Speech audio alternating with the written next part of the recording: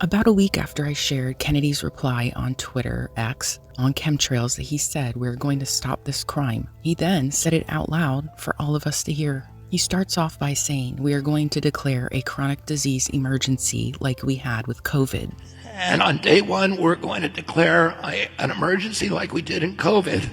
And it's going to be a chronic disease emergency. Kennedy says we're going to get the chemicals out of the chemtrails. You know, the chemtrails that were a conspiracy theory? We're going to get the chemtrails out, the chemicals out of the chemtrails. He also says we're going to get the fluoride out of the water. We're going to get the fluoride out of the water. Which is interesting because I thought fluoride in water and being bad for us was a conspiracy theory. The American Cancer Society says that it is a government conspiracy theory, but also says yes, it is added to the water by several government agencies since 1945. But they add it for dental purposes. Now, I remember being in elementary school and the people came in to give us fluoride to swish in our mouths. We all hated it. I wonder if my parents knew about that little secret. So if you're putting it into people's tap water and people drink the tap water and ingest this water, what is it doing to our bodies? If it's in our toothpaste, why add it to the water that we can ingest? It states fluoride is now used in public drinking water supplied to about 3 out of 4 Americans. They even admit fluoride is also added to natural drinking sources like lakes and rivers. WTF. So now if we go swimming in it, is it being absorbed through our skin? The EPA says it only allows 4 milligrams in public drinking water systems, but if someone is exposed to higher levels for a long time, it can cause skeletal fluorosis that builds up in the bones that can cause stiffness, pain, and weak bones. It even states fluoride can prevent tooth enamel from forming normally as a kid. Weird, because I was told about 10 years ago I didn't have any more enamel left. I wonder if that's because they forced me to swish it as an elementary kid. It also states fluoride can be added to bottled water. Gee, that can't be used for dental purposes, being you frickin' ingest it. So by 1990, researchers found evidence of cancer found in male rats, which is surprisingly bone cancer after a study done while rats were ingesting fluoride. So years after that in school, we were forced to swish it. And by 1991, I was in first grade. Then it states this type of bone cancer is rare, so rare that only about 500 children and teens are diagnosed with it every single frickin' year. Doesn't sound rare to me at 5,000 kids in a 10-year period, does it? Seems like this study needs to be done again, no? Well, they did do a study in 2006. Harvard reported a partial study of higher levels of exposure to fluoride in drinking water, and it was boys, not girls, who got this bone cancer. Remember the male rat? Then the second part of the study came out in 2011, but there was no evidence of tumors in the bones being related to the other fluoride bone cancer. Seems kind of sus to me. Kennedy then says we're going to get the chemicals out of our food. We have 1,000 ingredients in our food that even Europe doesn't allow. We're going to get the chemicals out of the food, and there's 1,000 ingredients in our food that are banned in Europe. And we're going to get rid of all those chemicals. And I know how to do it, So our future looks extremely bright, but only if God lays his hand upon our nation, which I have a strong feeling he will. God is with us. God always wins against his enemy.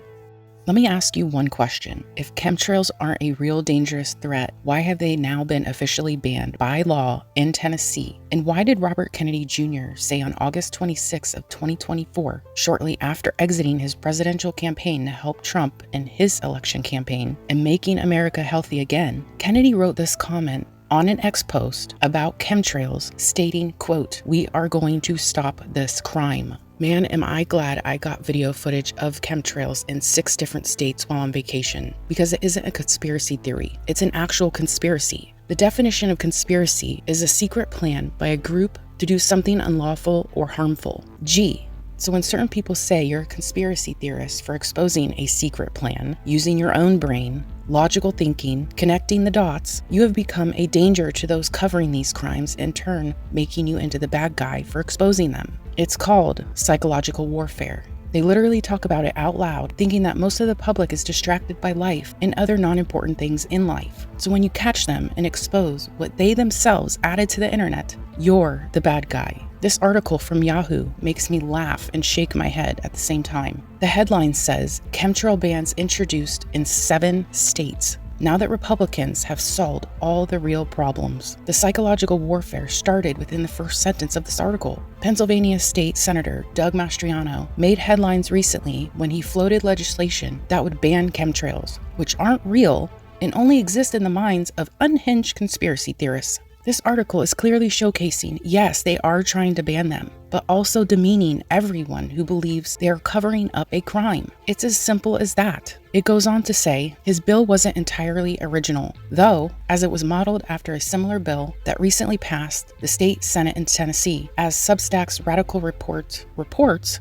these are far from the only chemtrail bills being introduced around the country. And wouldn't you know it, the sponsors are all Republicans. They just have to point out that it's the Republicans pushing to stop these crimes. Oh, the big bad Republicans. Or could it be that the Democrats must go on attack mode against the Republicans who are exposing these crimes? I mean, Kennedy was a Democrat, and he is sick and tired of the criminal activity. And so are we. Continuing with the article, in Rhode Island, State Senator Elaine Morgan introduced SB 2540, which would prohibit stratospheric aerosol injection, SAI, solar radiation modification, SRM, experimentation, and other hazardous weather engineering activities. And in Kentucky, State Representative Steve Rawlings introduced HB 506, which would ban any form of geoengineering activities, including intentional manipulation of the environment through an atmospheric polluting activity to affect changes to the Earth's atmosphere or surface. So they literally explained, in quotes, what kind of crime this is in detail. It goes on to say, there's also Minnesota State Representative